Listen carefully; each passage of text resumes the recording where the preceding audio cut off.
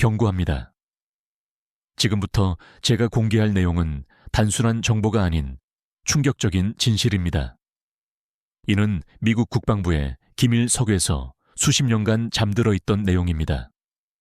미국이 핵무기 개발까지 저지하며 통제하려 했던 작은 나라 대한민국. 패배를 모르고 억압과 서름을 딛고 일어선 이 나라가 세계 최강의 기술로 중국의 야망을 침몰시키고 미국마저 경악하게 만들었습니다. 이 믿기 어려운 이야기를 지금 바로 시작합니다. 잠깐, 여러분의 소중한 관심이 영상 제작에 큰 힘이 됩니다. 누르는데 1초도 걸리지 않는 좋아요와 구독 버튼을 꼭 눌러주십시오. 이 영상에 대한 여러분의 의견과 질문을 댓글로 남겨주시면 저희는 다음 영상을 준비하는데 매우 큰 동기부여를 얻습니다. 시청자 여러분과의 적극적인 소통을 기대합니다. 오늘의 이야기는 저, 로버트 스미스에게서 시작됩니다. 저는 한때 미 해군 전략 분석실에서 밤낮 없이 세계의 바다를 주시하며 보이지 않는 전쟁을 치렀던 베테랑 분석가입니다. 하지만 지금은 버지니아의 한적한 시골 마을에서 은퇴 생활을 즐기는 평범한 노인일 뿐입니다. 낡은 오두막집 앞 호숫가에 앉아 낚싯대를 들이우고 간간히 밀려오는 파도 소리를 들으며 무료한 시간을 보내는 것이 제 일상의 전부였습니다. 세상의 소라는 이제 먼 나라 이야기처럼 느껴졌습니다. 젊은 시절 제 이름 앞에는 늘 전설적인 최고의 같은 수식어가 따라붙었지만 세월의 무게는 그 모든 영광을 희미하게 만들었습니다. 이제는 그저 조용히 마지막을 준비하는 잊혀진 존재일 뿐이라고 생각했습니다. 제 오두막 서재에는 퇴역 후 강한이 집필한 국제 정세 분석 서적 몇 권과 젊은 시절 영광의 순간들을 담은 빛바랜 사진 몇 장만이 과거의 저를 증명하고 있을 뿐이었습니다. 가끔 찾아오는 옛 동료들이나 제자들이 세상 돌아가는 이야기를 전해주곤 했지만 저는 그저 고개만 끄덕일 뿐 깊이 관여하고 싶지 않았습니다. 이미 제 역할은 끝났고 세상은 이제 젊은 세대들의 몫이라고 생각했기 때문입니다. 하지만 운명이라는 녀석은 참으로 짓궂었습니다. 2024년 유난히 맑고 청명했던 어느 가을날 아침, 제 평화로운 일상은 산산조각 나고 말았습니다. 커피 향이 차에 가시기도 전, 제 오두막으로 향하는 좁은 비포장도로 위로 여러 대의 검은색 세단이 먼지 구름을 일으키며 달려오는 것이 보였습니다. 평소라면 우편 배달부나 가끔 들리는 이웃 주민 외에는 찾아올 리 없는 외딴 곳이었습니다. 심상치 않은 기운이 온몸을 감쌌습니다. 마치 오랫동안 잠들어 있던 야생동물의 감각이 되살아나는 듯한 낯설지만 익숙한 긴장감이었습니다. 제 손에 들려있던 커피잔이 미세하게 떨리는 것을 느꼈습니다. 잊었다고 생각했던 과거의 그림자가 다시 제 삶을 덮치려는 불길한 예감이었습니다. 차에서 내린 사람들은 하나같이 굳은 표정을 하고 있었습니다. 그 중에는 낯익은 얼굴도 있었는데 바로 데이비드 김 백악관 비서실장이었습니다. 그의 옆에는 국방부에서 꽤 높은 자리에 있는 듯한 군복 차림의 사내들이 그림자처럼 서 있었습니다. 그들의 눈빛은 마치 중대한 국가적 위기라도 맞닥뜨린 사람들처럼 절박하고 초조해 보였습니다. 데이비드 김 실장은 제게 다가와 정중하지만 단호한 목소리로 말했습니다. 그의 임에는 식은땀이 송골송골 맺혀 있었고 평소 단정하던 그의 넥타이는 살짝 비뚤어져 있었습니다. 그만큼 상황이 급박하다는 반증이었을 것입니다. 스미스 박사님, 오랜만입니다. 긴급 상황입니다. 국가가 박사님을 필요로 합니다. 그의 손에는 두툼한 서류 봉투가 들려 있었습니다. 봉투 위에는 붉은색 잉크로 탑 시크릿 던 톱 시크릿이라는 글자가 선명하게 찍혀 있었죠. 제 심장이 차갑게 내려앉는 것을 느꼈습니다. 다시는 맡고 싶지 않았던 피 냄새와 화약 냄새가 뒤섞인 듯한 그 묵직한 공기. 그것이 제 코앞까지 다가와 있었습니다. 저는 말없이 봉투를 받아들였습니다. 안에는 단 한 장짜리 보고서 요약본과 함께 대통령의 친필 서명이 담긴 소환 명령서가 들어 있었습니다. 보고서의 제목은 간결했지만 그 내용은 제 평온했던 노년을 송두리째 뒤흔들기에 충분했습니다. 바로 북극 항로 개방에 따른 미국의 해상 패권 위협 분석 및 즉각 대응 전략 부재에 관한 긴급 보고였습니다. 북극, 그 얼음으로 뒤덮인 미지의 땅. 언젠가는 인류의 새로운 각축장이 되리라고 막연히 예상은 했지만 그 시기가 이렇게 빨리 그리고 이렇게 위협적인 모습으로 다가올 줄은 꿈에도 몰랐습니다. 중국의 빙상 실크로드 프로젝트가 예상보다 훨씬 빠르게 진척되고 있습니다. 거의 완성 단계에 이르렀다는 첩보입니다. 이대로라면 데이비드 김 실장은 말을 잇지 못하고 마른 침을 삼켰습니다. 그의 눈동자는 불안감으로 심하게 흔들리고 있었습니다. 그는 잠시 말을 고르는 듯 하더니 더 낮은 목소리로 덧붙였습니다. 박사님, 상황이 정말 심각합니다. 저희가 가진 모든 정보 채널을 총동원해 분석해봤지만 뾰족한 대책이 나오지 않고 있습니다. 대통령께서 박사님의 지혜를 마지막 희망으로 생각하고 계십니다. 10년 안에 미국의 해상 패권은 종말을 고할 것이다. 그런 내용이 적혀 있겠지. 제가 무심하게 중얼거리자 데이비드 김 실장의 눈이 동그래졌습니다. 마치 제가 모든 것을 이미 알고 있었다는 듯한 태도의 놀란 기색이 역력했습니다. 하긴 저는 평생을 그림자 속에서 보이지 않는 적들과 싸워온 사람이니까요. 국가의 명운이 걸린 위기 상황에 미묘한 기류를 알아채는 것은 제 오랜 직업병 같은 것이었습니다. 저는 봉투를 열어보지도 않은 채 데이비드 김 실장에게 되물었습니다. 그래서 나 같은 퇴물 늙은이에게 뭘 기대하는 건가? 내가 펜타곤을 떠난 지도 벌써 10년이 넘었네. 세상은 많이 변했을 텐데. 제 목소리에는 약간의 냉소와 함께 다시 이 진흙탕 싸움에 발을 담가야 한다는 것에 대한 깊은 피로감이 묻어났습니다. 백악관으로 향하는 전용 헬기 안에서 저는 보고서 전문을 꼼꼼히 읽어 내려갔습니다. 창밖으로는 제가 사랑하는 버지니아의 아름다운 단풍이 빠르게 스쳐 지나갔지만 제 눈에는 들어오지 않았습니다. 보고서의 내용은 제가 어렴풋이 짐작했던 것보다 훨씬 더 암울하고 절망적이었습니다. 중국은 상상을 초월하는 막대한 자본력과 인력을 동원하여 북극의 연안을 따라 거대한 항만시설과 물류 네트워크를 거의 완성해 가고 있었습니다. 그들이 공개한 빙상 실크로드 홍보 영상에는 최첨단 기술로 건설된 부두와 자동화된 물류 시스템, 그리고 그 위를 오가는 거대한 선박들의 모습이 담겨 있었습니다. 마치 미래 도시의 한 장면을 보는 듯 했지만 그 이면에는 미국의 패권을 향한 중국의 차가운 야심이 숨겨져 있었습니다. 지구 온난화라는 재앙이 역설적이게도 그들에게는 새로운 기회의 문을 열어준 셈이었습니다. 북극의 두꺼운 얼음이 녹아내리면서 과거에는 상상조차 할 수 없었던 새로운 바닷길, 즉 북극 항로가 현실로 다가온 것입니다. 이 북극 항로는 기존의 수에즈 운하나 파나마 운하를 경유하는 항로에 비해 운송거리와 시간을 획기적으로 단축시킬 수 있었습니다.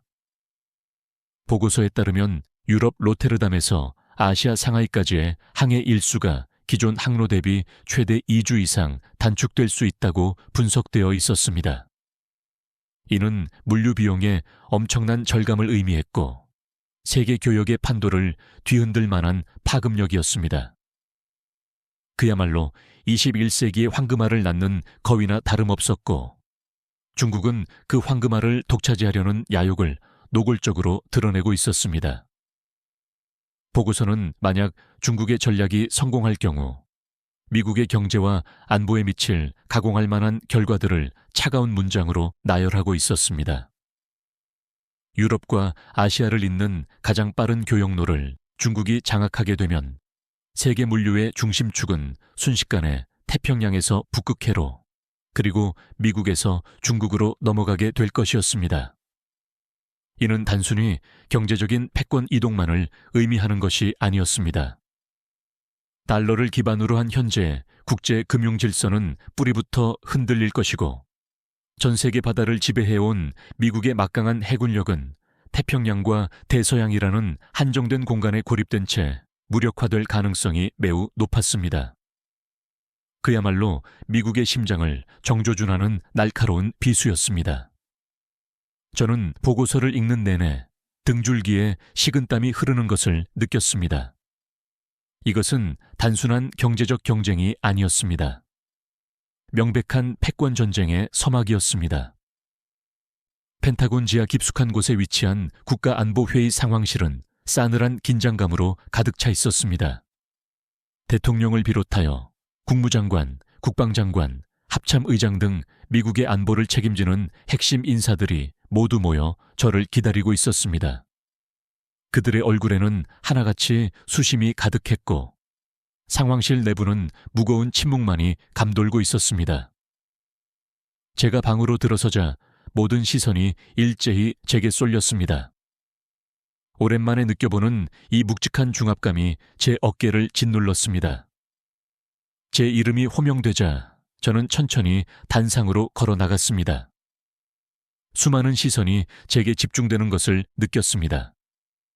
그들의 눈빛 속에는 불안감과 함께 일말의 기대감이 섞여 있었습니다.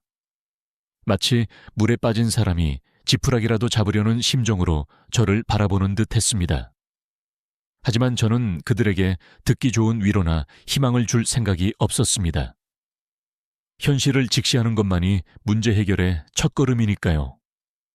스미스 박사, 현재 상황에 대한 자네의 냉철한 분석과 함께 이 위기를 타개할 수 있는 해안을 듣고 싶네. 대통령의 목소리에는 깊은 시름과 절박함이 묻어났습니다. 그의 얼굴은 며칠 밤을 새운 사람처럼 헬쑥해 보였습니다. 저는 잠시 숨을 가다듬었습니다. 그리고 제 입에서 나온 첫마디는 회의장에 모인 모든 이들을 깊은 절망의 나락으로 빠뜨리기에 충분했습니다.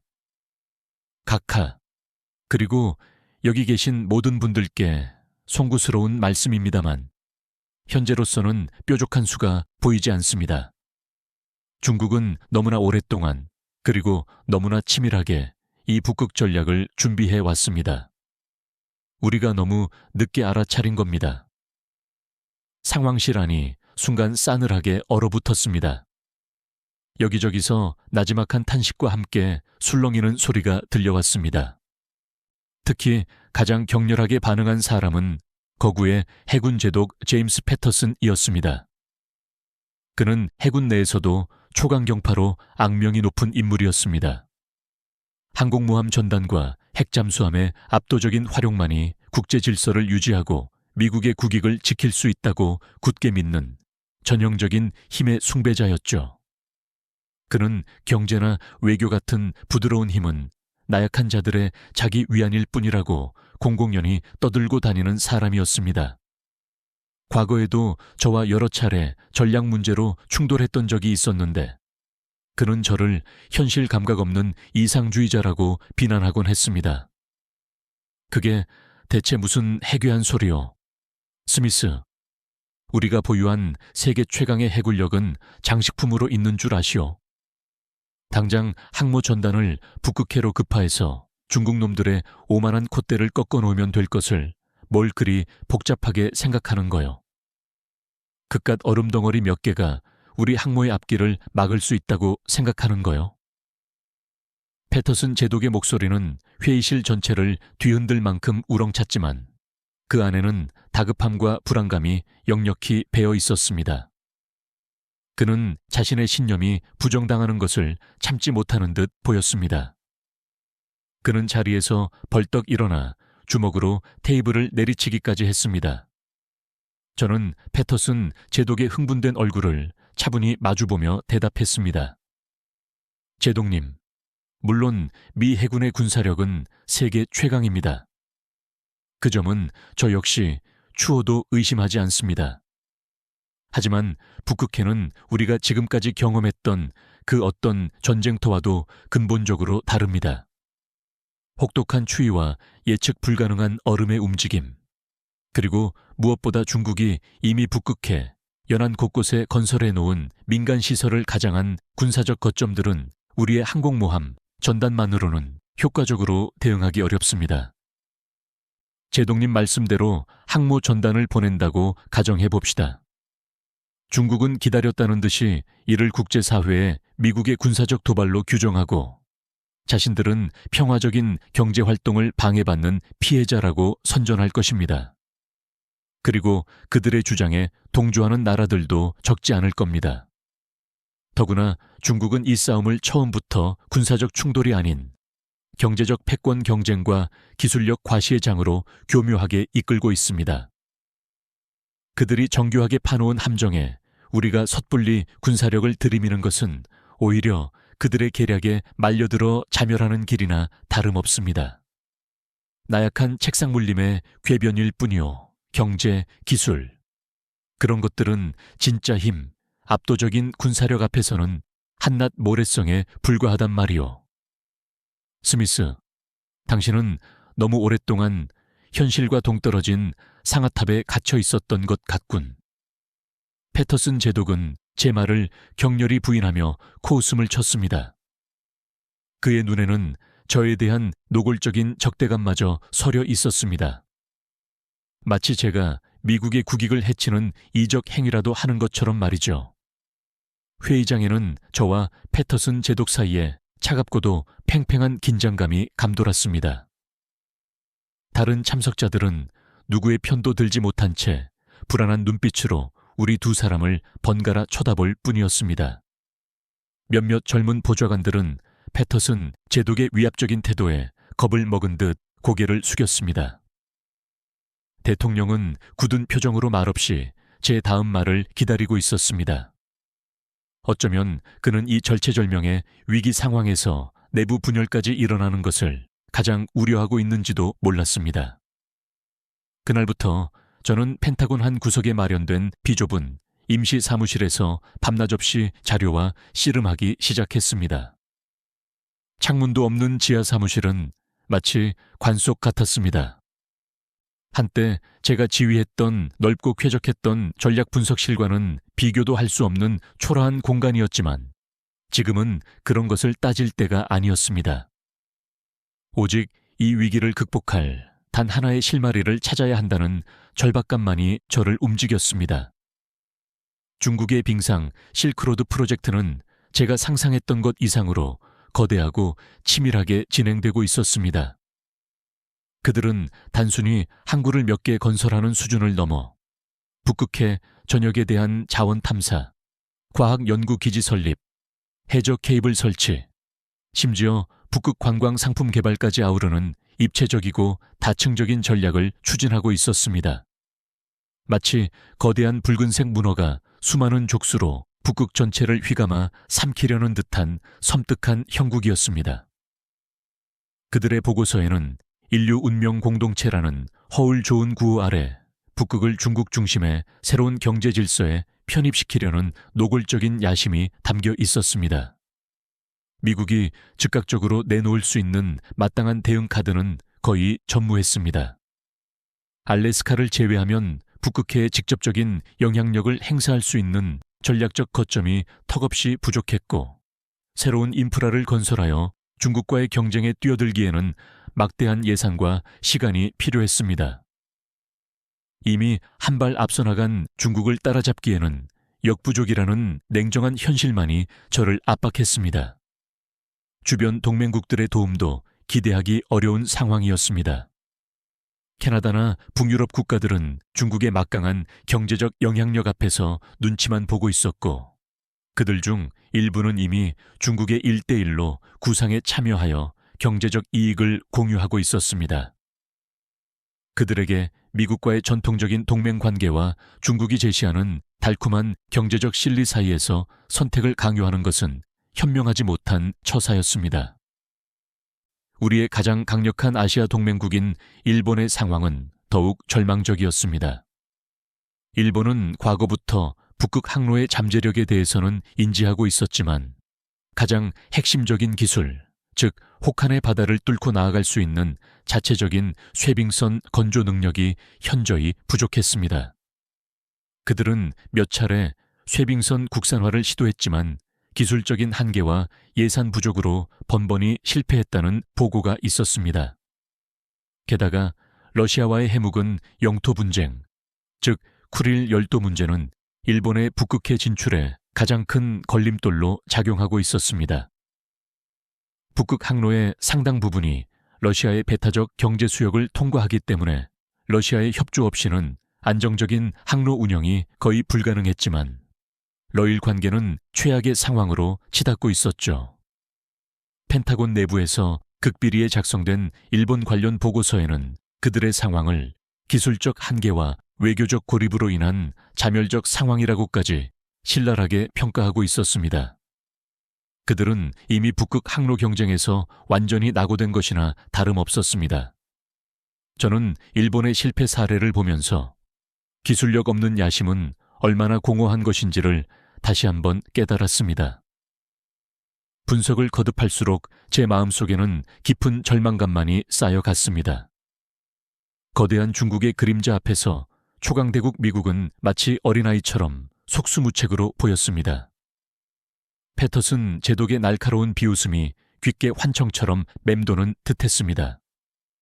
어쩌면 정말 그의 말대로 저의 이 모든 분석과 고민은 나약한 책상 물림의 현실, 도피적인 망상에 불과한 것일지도 모른다는 자괴감마저 들었습니다. 잠 못 드는 밤이 며칠이고 계속되었습니다. 책상 위에는 식어버린 커피잔만 먼지를 뒤집어 쓴 채 쌓여갔고 제 눈은 수면 부족으로 인해 늘 핏발이 서 있었습니다. 젊은 시절에는 밤샘 작업도 거뜬했지만 이제는 체력이 예전 같지 않다는 것을 절감했습니다. 하지만 포기할 수는 없었습니다. 미국의 미래가, 어쩌면 세계의 미래가 제 어깨에 달려있다는 무거운 책임감이 저를 짓눌렀습니다. 그러던 어느 날 새벽, 저는 더 이상 새로운 정보나 해결의 실마리를 찾을 수 없다는 깊은 무력감에 사로잡혀 자포자기하는 심정으로 펜타곤의 가장 깊숙한 곳에 위치한 기밀 문서 보관소로 향했습니다. 그곳은 마치 시간의 흐름이 멈춰버린 듯한 먼지와 곰팡이 냄새가 뒤섞인 공간이었습니다. 최첨단 디지털 아카이브 시스템이 도입된 이후로는 거의 찾는 사람이 없는 잊혀진 공간이었죠. 혹시라도 수십 년 전에 잊혀진 과거의 기록들 속에서 아주 작은 단서라도 발견할 수 있지 않을까 하는 신락 같은 희망 때문이었습니다. 수십만 권에 달하는 낡은 서류철들이 끝없이 이어져 있었습니다. 대부분은 냉전시대에 폐기된 작전 계획들이나 이제는 아무도 기억하지 못하는 구시대적인 무기개발 보고서들이었죠. 먼지를 뒤집어 쓴 채 석에 꽂혀 있는 파일들은 마치 과거의 망령들처럼 새우산한 기운을 내뿜고 있었습니다. 몇 시간 동안이나 먼지를 뒤집어 쓰며 자료들을 뒤지던 중 제 손에 전혀 예상치 못했던 2개의 파일이 동시에 잡혔습니다. 마치 보이지 않는 힘이 저를 그곳으로 이끈 것처럼 말입니다. 하나는 표지가 누렇게 변색된 1970년대로 분류된 낡은 파일이었습니다. 그 파일의 제목은 대한민국 핵개발 프로그램 저지 및 감시작전 최종 보고서. 제 심장이 순간 덜컥 내려앉았습니다. 대한민국, 그리고 박정희 대통령. 그 격동의 시절 미국이 한국에 자주 국방 노력을 얼마나 집요하고 철저하게 억눌렀는지에 대한 어렴풋한 기억이 제 뇌리를 스쳐 지나갔습니다. 당시 저는 해군 정보국의 젊은 분석 장교였고 한국의 핵개발 동향은 저희 부서의 주요 관심사 중 하나였습니다. 떨리는 손으로 조심스럽게 파일의 첫 장을 넘겼습니다. 그 안에는 제가 막연히 알고 있던 것보다 훨씬 더 상세하고 노골적인 미국의 압박 과정이 마치 한 편의 첩보 영화처럼 생생하게 기록되어 있었습니다. 경제 원조 중단이라는 회유와 협박, 첨단 군사 기술 이전 거부, 심지어 CIA를 동원한 내부 공작과 정권 교체 가능성까지 암시하며 한국의 핵 개발 의지를 폭력적으로 꺾으려 했던 미국의 민낯이 고스란히 담겨 있었습니다. 보고서에는 당시 박정희 대통령이 우리의 생존을 위해 핵무기 개발은 불가피하다. 미국이 우리를 버린다면 우리는 스스로를 지킬 수밖에 없다고 절규했던 내용까지 기록되어 있었습니다. 당시 한국은 북쪽의 공산주의 괴뢰 집단의 끊임없는 군사적 위협과 주변 강대국들의 냉혹한 힘의 논리 사이에서 살아남기 위해 처절하게 몸부림치고 있었습니다. 그들에게 핵무기는 단순한 공격용 무기가 아니라 국가의 생존과 민족의 자존심을 지키기 위한 마지막 절규였을지도 모릅니다. 하지만 당시의 미국은 자국이 구축한 국제 질서에 조금이라도 도전하는 그 어떤 행위도 용납하지 않았습니다. 보고서의 마지막 장에는 차가운 타이핑 글씨로 이렇게 적혀 있었습니다. 목표 성공적으로 달성함. 대한민국의 핵 개발 프로그램 완전하고 검증 가능하게 중단된 것으로 최종 확인함. 저는 왠지 모를 깊은 씁쓸함과 함께 알 수 없는 죄책감 같은 감정을 느꼈습니다. 우리가 과연 그때 옳은 일을 한 것이었을까? 아니, 옳고 그름을 떠나 그것이 최선의 선택이었을까? 그들의 절박함을 우리가 너무 쉽게 외면했던 것은 아닐까? 무거운 마음을 억누르며 다음 파일을 집어들었습니다. 그것은 놀랍게도 바로 어제 날짜로 막 업데이트된 따끈따끈한 최신 정보 보고서였습니다. 제목은 러시아 국영 가스개발 회사 가즈프롬 발주, 야말 프로젝트, II명 아크7, ARC7, 아이스클래스 쉐빙, LNG 운반선 건조 현황 및 기술 분석. 그리고 그 보고서의 핵심 내용은 제 두 눈을 의심하게 만들었습니다. 영하 52도의 살인적인 극한 환경 속에서도 최대 2.1m 두께의 단단한 북극해 얼음을 마치 종이장처럼 스스로 깨부수고 나아갈 수 있는 괴물 같은 성능의 쉐빙, LNG 운반선. 그 최첨단 기술의 결정체인 선박 17척 전량의 건조 계약을 따낸 곳이 놀랍게도 대한민국의 조선소들이라는 내용이었습니다. 그것도 단순한 수주가 아니라 전 세계 어떤 나라도 따라올 수 없는 독점적인 기술력을 바탕으로 한 계약이었습니다. 보고서에는 러시아 측이 처음에는 자국 조선소와 유럽의 몇몇 유력 조선소들을 검토했지만 그 어떤 곳도 한국 조선소들이 제시한 기술 수준과 납기, 그리고 가격 경쟁력을 따라오지 못했다고 명시되어 있었습니다. 순간 제 온몸에 강력한 전류가 흐르는 듯한 전율이 느껴졌습니다. 머릿속이 마치 강력한 폭풍이라도 몰아친 것처럼 복잡하게 얽히면서 그동안 풀리지 않던 수수께끼의 조각들이 하나둘씩 맞춰지기 시작했습니다. 1970년대 미국의 강력한 압력에 굴복하여 피눈물을 삼키며 핵무기를 포기해야 했던 나라. 그리고 2025년 현재 세계 최강의 쇠빙선 건조 기술을 독점적으로 보유하고 있는 나라. 전혀 상관없어 보이던 이 두 개의 점이 제 머릿속에서 하나의 선명한 선으로 이어지는 순간이었습니다. 마치 어둠 속에서 한 줄기 빛을 발견한 듯한 희열이 제 온몸을 감쌌습니다. 쉐빙선, 그것은 단순한 배 한 척이 아니었습니다. 얼음으로 뒤덮인 미지의 바다 북극해를 자유자재로 항해할 수 있는 능력. 그것은 곧 21세기 새로운 해양시대의 패권을 결정지을 신의 창이나 다름없었습니다.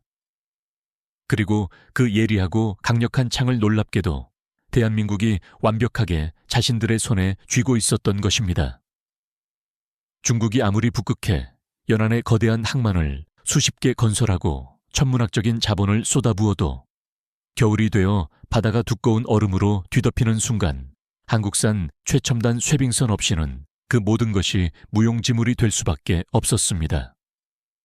그들이 야심차게 추진해온 빙상 실크로드는 시작부터 반쪽짜리 계획으로 전락할 운명이었던 것입니다. 중국의 계획에는 치명적인 아킬레스건이 존재했던 것입니다.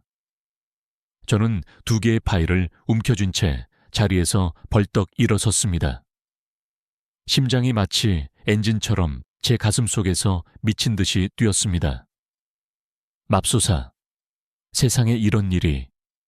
우리가 그들의 핵을 빼앗자 그들은 그 핵보다 더 무서운 스스로 강철 심장을 만들어버렸어. 제 입에서 저도 모르게 탄식과도 같은 경외감 섞인 중얼거림이 터져 나왔습니다. 미국의 무자비한 압박이 역설적이게도 한국이라는 나라를 전혀 다른 방향으로, 그러나 더욱 강력하고 위협적으로 단련시킨 것입니다.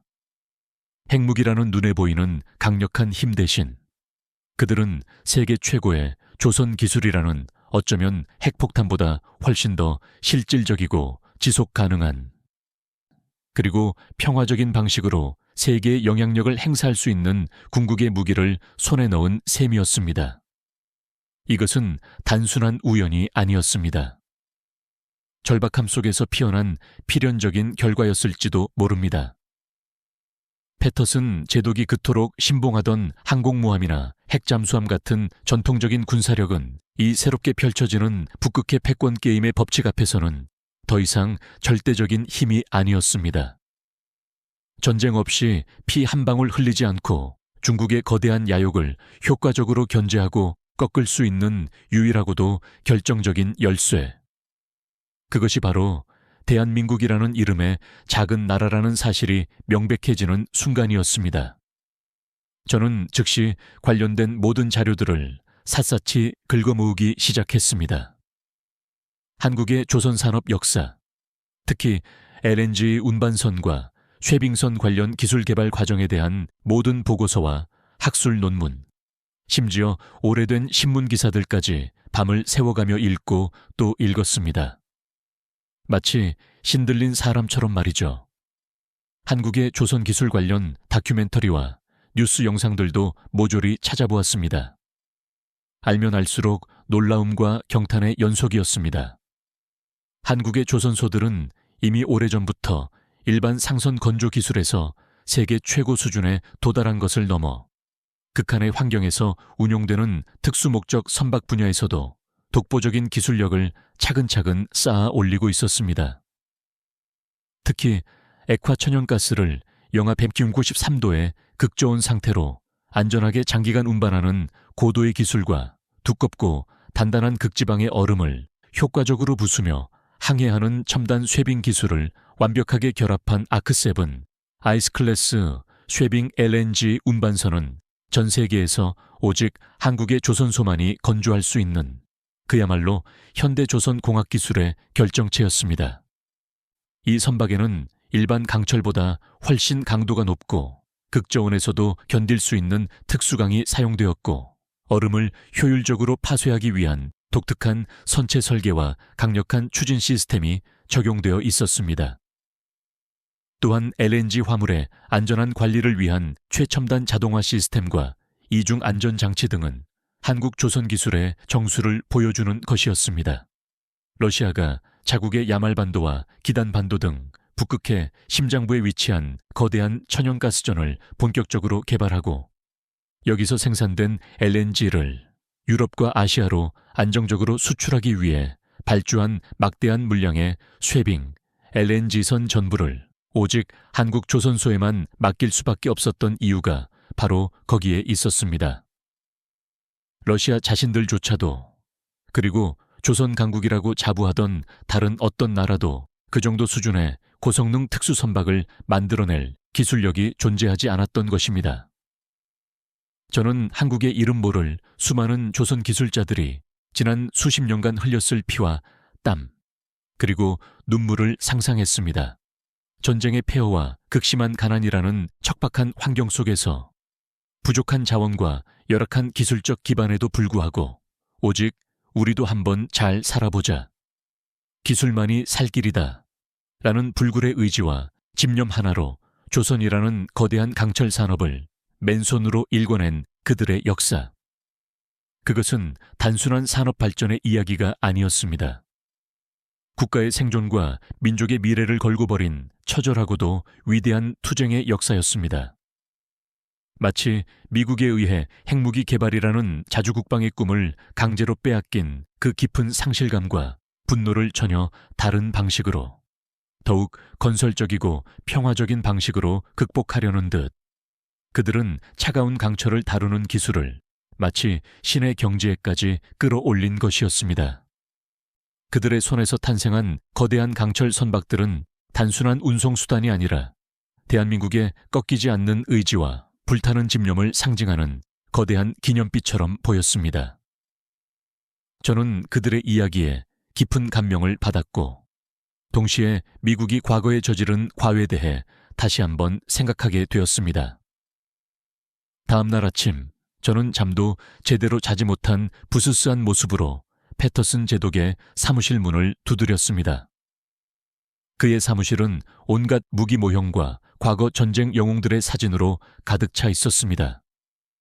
그는 여전히 제가 가져온 정보들을 완전히 믿지 못하는 듯한 의심스러운 눈초리로 저를 맞이했지만, 제가 그의 책상 위에 펼쳐놓은 한국의 쇠빙, LNG선 관련 상세 기술 보고서들과 러시아 국영기업과의 독점 계약 관련 자료들, 그리고 위성으로 촬영된 한국 조선소들의 압도적인 규모와 생산 능력 분석 자료들을 하나하나 꼼꼼히 검토하기 시작하면서부터 조금씩 그의 표정이 굳어지기 시작했습니다.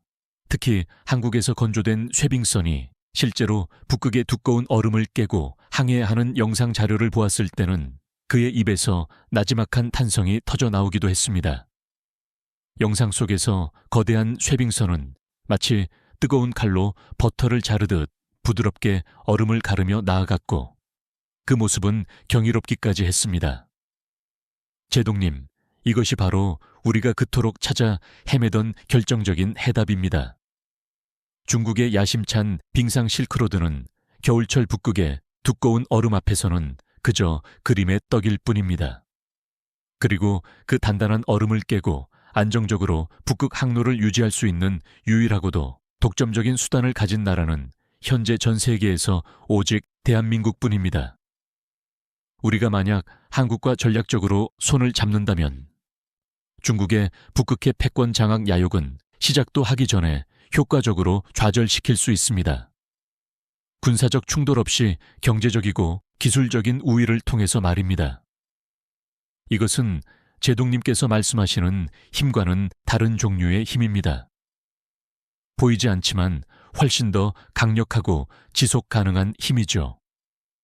패터슨 제독은 한동안 아무런 말도 하지 않았습니다. 그의 육중한 몸이 마치 무게를 이기지 못하는 것처럼 의자에 깊숙이 파묻혔습니다. 그는 커다란 손으로 마른 세수를 한 번 하더니 깊은 한숨과 함께 마침내 입을 열었습니다. 스미스, 자네 말이 만약 모두 사실이라면 이건 정말이지 믿을 수 없는 엄청난 일이 아닌가. 우리가 중국 놈들의 바로 코앞에서 이런 엄청난 전략적 카드를 우리도 모른 채 쥐고 있었다는 말인가? 그런데 왜 지금까지 아무도 이 사실을 몰랐던 거지? 그의 목소리에는 여전히 약간의 회의감이 남아 있었지만 이전과 같은 노골적인 적대감이나 비웃음은 완전히 사라져 있었습니다. 어쩌면 그는 자신이 평생을 바쳐 신봉해온 압도적인 군사력만이 모든 것을 해결한다는 낡은 힘의 논리가 전혀 다른 방식, 즉 첨단 기술력과 경제적 협력이라는 형태로도 구현될 수 있다는 사실에 깊은 혼란과 함께 일종의 지적 충격을 받고 있는 것인지도 몰랐습니다. 그의 세계관이 송두리째 흔들리는 순간이었을 것입니다. 그는 한참 동안 창밖을 바라보며 생각에 잠겨 있다가 마침내 결심한 듯 제게 말했습니다. 존네 스미스, 자네의 분석을 믿어보겠네. 하지만 만약 이게 헛된 희망이라면 자네는 그 책임을 져야 할 걸세. 그의 말투는 여전히 딱딱했지만 그 눈빛에는 일말의 기대감이 서려 있었습니다. 며칠 후 저는 다시 한번 펜타곤 최고위급 비밀회의 석상에 섰습니다. 하지만 이번에는 제 손에 확신과 희망이 가득 담긴 두툼한 보고서가 들려 있었고, 제 발걸음은 이전과 달리 가볍고 당당했습니다. 회의장에는 대통령을 비롯한 모든 핵심 의사 결정권자들이 무거운 침묵 속에 저의 다음 말을 기다리고 있었습니다. 그들의 눈빛에는 여전히 불안감이 감돌았지만 그 속에는 또한 아주 작은 희망의 불씨가 타오르기 시작한 것처럼 보이기도 했습니다. 저는 천천히 그리고 또렷한 목소리로 입을 열었습니다. 존경하는 대통령 각하, 그리고 이 자리에 함께하신 내외 귀빈 여러분. 저는 오늘 깊은 절망의 늪 속에서 기적처럼 찾아낸 한 줄기 빛나는 희망에 대해 말씀드리고자 합니다. 저는 먼저 스크린의 중국의 빙상 실크로드 프로젝트의 현재 진행 상황과 그것이 미국의 국가안보 및 경제에 미칠 치명적인 위협, 그리고 미국의 현재 대응 능력의 명백한 한계를 냉정하고 객관적인 데이터들을 통해 다시 한번 명확히 제시했습니다. 회의장의 분위기는 다시 한번 무겁게 가라앉았고 여기저기서 깊은 한숨 소리가 새어나왔습니다. 그리고 바로 그때 저는 회의장의 분위기를 반전시킬 결정적인 한마디를 던졌습니다. 하지만 여러분, 우리가 그동안 너무나 당연하게 생각해서 오히려 간과하고 있었던 결정적인 사실이 하나 있습니다. 그것은 바로 과거 우리가 대한민국의 손에서 핵폭탄이라는 강력한 창을 빼앗았더니 그들은 그 대신 지구 전체의 물류 흐름을 멈추거나 움직일 수 있는, 어쩌면 핵폭탄보다 훨씬 더 거대하고 실질적인 힘을 가진 새로운 무기를 스스로의 힘으로 만들어 손에 넣었다는 충격적인 진실입니다. 회의장은 순간 물이라도 끼얹은 듯 완벽한 정적에 휩싸였습니다. 모든 참석자들의 시선이 마치 자석에 이끌린 쇠붙이처럼 일제히 제게로 고정되었습니다. 저는 대형 스크린의 대한민국 거제도와 울산에 위치한 세계 최대 규모의 조선소에서 건조 중인 최첨단 쇠빙 LNG 운반선이 마치 SF 영화의 한 장면처럼 거대한 북극해의 얼음 덩어리들을 종이장처럼 가르며 위풍당당하게 나아가는 실제 시험항의 영상을 띄웠습니다. 영하 50도를 넘나드는 살인적인 혹한과 집채만한 파도를 비웃기라도 하듯 유유히 그리고 강력하게 북극의 바다를 질주하는 그 거대한 강철 선박의 모습은 그 자체로 압도적인 위용을 뽐내고 있었습니다. 그것은 단순한 배가 아니었습니다. 인간의 의지와 기술력이 자연의 한계를 극복하는 위대한 드라마였습니다. 이것이 바로 대한민국의 현재 기술력 수준입니다. 세계 그 어떤 나라도 감히 흉내조차 낼 수 없는 독보적이고 압도적인 쇠빙선 건조 기술. 이것이 바로 미래 북극 항로 시대의 해상 패권을 결정지을 진정한 신의 창입니다. 그리고 놀랍게도 그리고 감사하게도 그 강력한 창은 지금 우리 편에 서서 우리에게 미소 짓고 있습니다. 저는 지난 50여 년간 대한민국이라는 나라가 절망적인 전쟁의 폐허 위에서 어떻게 기적처럼 일어섰는지, 그리고 어떤 피와 땀을 흘려 오늘날의 경제 대국이자 기술 강국으로 발돋움했는지를 간략하지만 강렬하게 설명하기 시작했습니다. 아무런 자원도 없고 가진 것이라고는 오직 교육받은 사람밖에 없었던 가난한 나라. 그들이 어떻게 우리도 한번 잘 살아보자는 절박한 염원과 하면 된다는 불굴의 정신으로 한강의 기적이라는 세계사적인 경제 발전을 일궈냈는지, 미국의 해구산이라는 안락한 현실에 안주하지 않고 끊임없이 자주 국방의 꿈을 꾸며 국방력 강화에 매진했는지, 그리고 마침내 핵주권이라는 마지막 자존심마저 포기해야 했던 그 처절한 순간을 딛고 어떻게 다른 분야, 특히 조선과 같은 첨단 제조업 분야에서 세계 최고를 향해 묵묵히 나아갔는지를 말입니다. 시뻘건 용접 불꽃이 밤하늘을 수놓는 거대한 조선소의 풍경.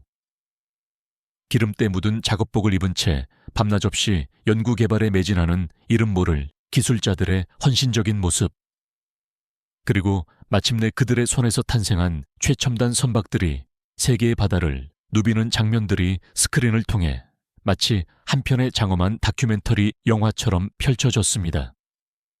그것은 단순한 산업 발전의 역사가 아니었습니다. 끊임없는 외세의 침략과 억압, 그리고 내부의 분열과 시련 속에서도 결코 굴하지 않고 스스로의 운명을 개척해온 한 위대한 민족의 감동적인 서사시였습니다. 회의장 곳곳에서 나지막한 탄성과 함께 경외의 시선들이 스크린을 향했습니다. 몇몇 참석자들은 감동을 주체하지 못하고 조용히 눈가를 훔치기도 했습니다. 패터슨 제독조차도 굳게 담은 입술 사이로 희미한 미소를 짓는 것처럼 보였습니다. 브리핑의 마지막, 저는 마침내 제가 밤새워 구상하고 다듬었던 최종적인 대중국 북극 전략의 핵심을 공개했습니다.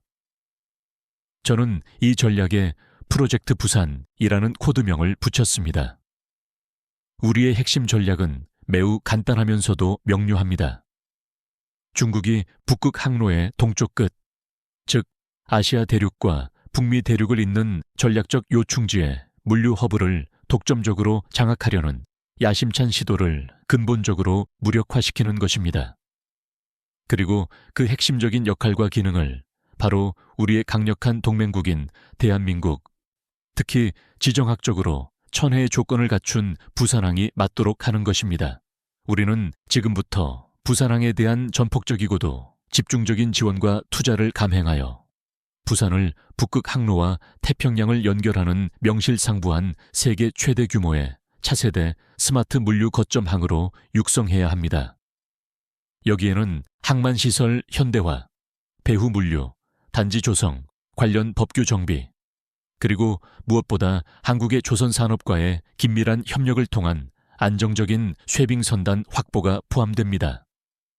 대한민국의 세계 최고 수준의 조선 기술력과 효율적인 항만 운영 능력, 그리고 우리의 막대한 자본과 첨단 기술, 그리고 강력한 외교력이 완벽하게 결합된다면 중국의 거대한 빙상 실크로드 프로젝트는 대한민국 부산이라는 강력하고도 우호적인 방파제 앞에서 그 힘을 급격히 잃고 좌초하게 될 것입니다.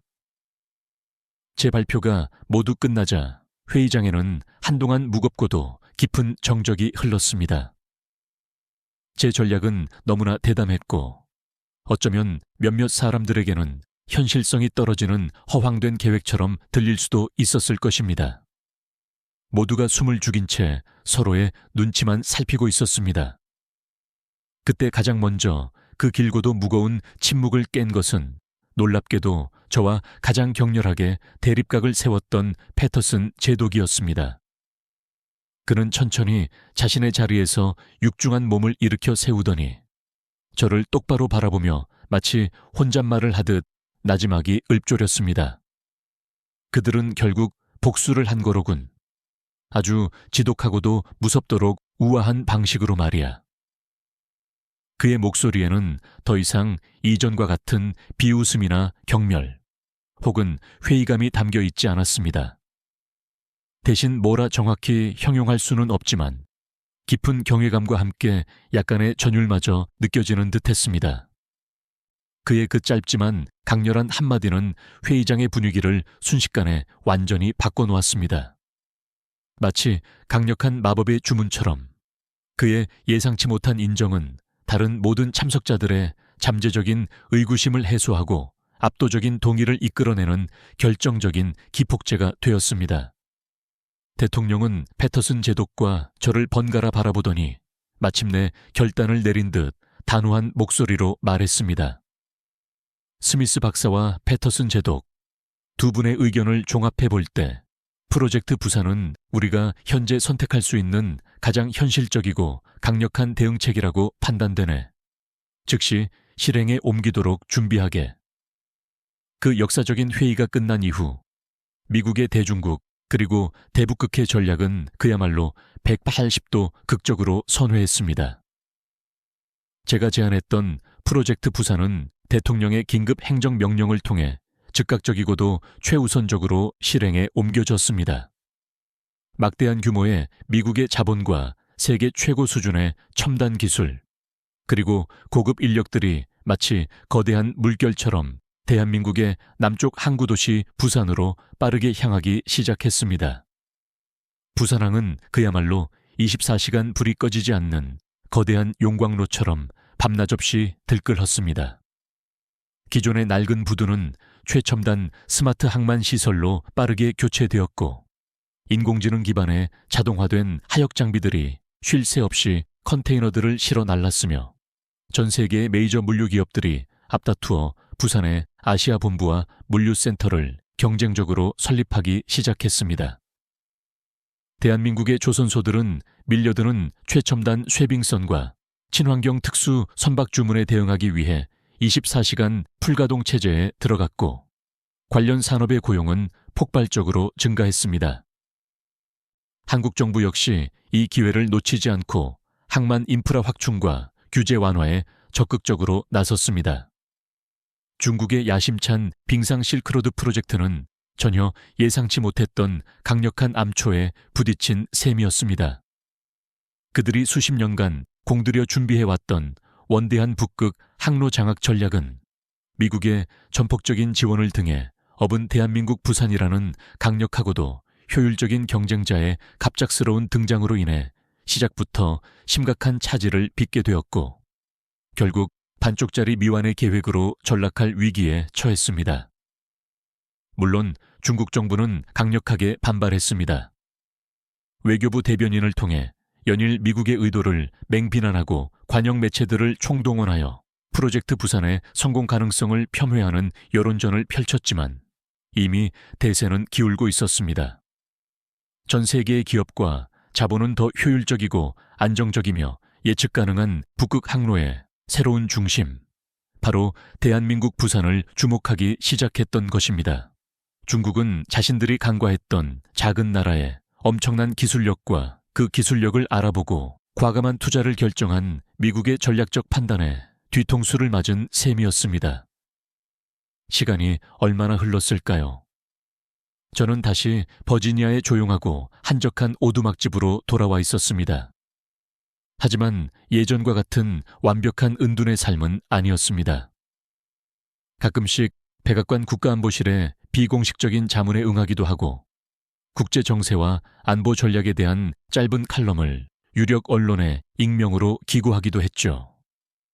어느 맑은 가을날 오후, 제 서재의 커다란 모니터에는 대한민국 부산항의 모습을 24시간 실시간으로 보여주는 고화질 위성사진이 선명하게 떠 있었습니다. 수많은 컨테이너를 산처럼 실은 거대한 선박들이 마치 개미떼처럼 쉴 새 없이 항구를 드나들고 있었고, 밤이 되면 항만 전체가 마치 대낮처럼 환하게 불을 밝히며 역동적으로 움직이는 모습은 경이롭기까지 했습니다. 그 살아 숨쉬는 듯한 부산항의 모습을 한참 동안 지켜보던 저는 저도 모르게 입가에 잔잔한 미소를 지었습니다. 가장 강력하고 무자비한 억압을 가장 위대하고 창조적인 힘으로 보기 좋게 바꿔낸 나라, 대한민국. 그들이야말로 21세기 새로운 해양시대의 진정한 주인, 그리고 세계 평화와 번영에 기여하는 모범적인 리더가 될 자격이 충분히 있었습니다. 핵무기라는 가장 강력한 물리적 힘을 강제로 빼앗겼지만 그들은 결코 좌절하거나 절망하는 대신 오히려 더욱 단단하고 강인한 강철 심장을 스스로 단련했고, 마침내 세계 경제의 흐름을 좌우하는 새로운 동력을 자신들의 손으로 직접 만들어낸 것입니다. 어쩌면 이것이야말로 진정한 의미의 가장 통쾌하고도 우아한 복수가 아닐까 싶습니다. 총칼이나 미사일이 아닌 평화적인 방식과 압도적인 기술력, 그리고 끊임없는 혁신을 통해 이뤄낸 가장 위대하고도 아름다운 복수 말입니다. 그들의 이야기는 마치 불사조처럼 잿더미 속에서 다시 태어나는 한편의 영웅 서사시와 같았습니다. 우리 인간은 때때로 눈앞의 작은 이익이나 낡은 힘의 논리에 사로잡혀 더 크고 중요한 가치를 보지 못하는 어리석음을 범할 때가 있습니다. 하지만 역사는 우리에게 분명히 가르쳐 줍니다. 진정한 힘은 파괴가 아닌 창조에서 나오고, 일방적인 억압은 결국 더 큰 저항과 함께 예상치 못한 새로운 가능성을 잉태한다는 냉엄한 진리를 말입니다. 대한민국이라는 나라는 바로 그 살아있는 증거이자 우리 시대의 희망입니다. 그들의 불굴의 이야기는 지금 이 순간에도 절망 속에서 희망을 찾고 불가능에 도전하며 미래를 개척해 나가는 전 세계 모든 이들에게 깊은 영감과 뜨거운 용기를 불어넣어 줄 것입니다. 저 닥터 로버트 스미스가 제 남은 인생의 황혼역에서 직접 목격하고 또 미력 하나마 기획에 참여했던 이 거대한 역사의 전환점에서 저는 다시 한번 대한민국이라는 나라의 상상조차 할 수 없는 엄청난 저력과 위대한 잠재력에 깊은 경의를 표하지 않을 수 없습니다. 그들은 절체절명의 위기를 오히려 눈부신 기회로 만들었고, 모두가 불가능하다고 고개를 저었던 일을 현실로 바꿔놓았습니다. 이제 전 세계는 북극 항로시대의 새로운 심장이자 동북아시아 물류의 허브로 당당히 우뚝 선 대한민국, 그리고 그 찬란한 발전의 중심에 서 있는 아름다운 항구도시 부산을 경애와 존경의 눈빛으로 주목해야 할 것입니다. 그곳에서 앞으로 펼쳐질 대한민국에 더욱더 눈부시고 위대한 미래를 상상하면 지금 이 순간에도 제 늙은 가슴은 마치 젊은 시절처럼 뜨겁고 벅차게 뛰어오릅니다. 이 이야기가 혹시라도 여러분의 마음에 작은 울림이 되어 들릴 수 있었다면 더할 나위 없이 기쁠 것 같습니다. 어쩌면 지금 이 순간에도 세계 곳곳에서는 우리가 미처 알지 못하는 대한민국의 또 다른 위대하고도 감동적인 이야기가 새롭게 쓰이고 있을지도 모릅니다. 그 놀라운 이야기들에 항상 귀 기울여 주시고 변함없는 관심과 뜨거운 응원을 보내주신다면 정말 감사하겠습니다. 여러분의 소중한 구독과 좋아요, 그리고 따뜻한 격려의 댓글은 저희에게 앞으로 더 좋은 이야기를 전해드릴 수 있는 큰 힘과 용기가 됩니다. 이 영상에 대한 여러분의 솔직한 생각이나 한국 기술력에 대한 감탄을 자유롭게 댓글로 남겨주십시오. 여러분의 적극적인 참여를 기다립니다. 다음번에는 더욱 흥미롭고 가슴 뭉클한 이야기로 다시 찾아뵐 것을 약속드립니다. 긴 이야기 들어주셔서 진심으로 감사합니다.